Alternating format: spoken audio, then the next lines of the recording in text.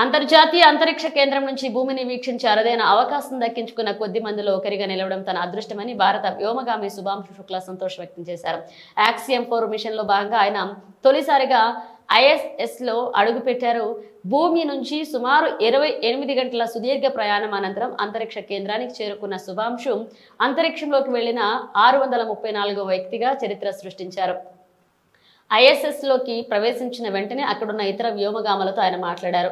ఈ సందర్భంగా శుభాంశు శుక్లా మాట్లాడుతూ, ప్రియమైన నా తోటి భారతీయులకు నాదొక చిన్న సందేశం. నేను 634వ వ్యోమగామిని. ఇక్కడికి రావడం చాలా గర్వంగా ఉంది. మీ అందరి ప్రేమ ఆశీస్సుల వల్లే నేను ISS కు చేరుకోగలిగాను. ఇక్కడ నిలబడడం చూడడానికి తేలిగ్గానే ఉన్నప్పటికీ నా తల కొంచెం భారంగా, కాస్త ఇబ్బందిగా అనిపిస్తుంది. ఇవి చాలా చిన్న విషయాలు, కొన్ని రోజుల్లో అన్ని అలవాటైపోతాయని తెలియజేశారు.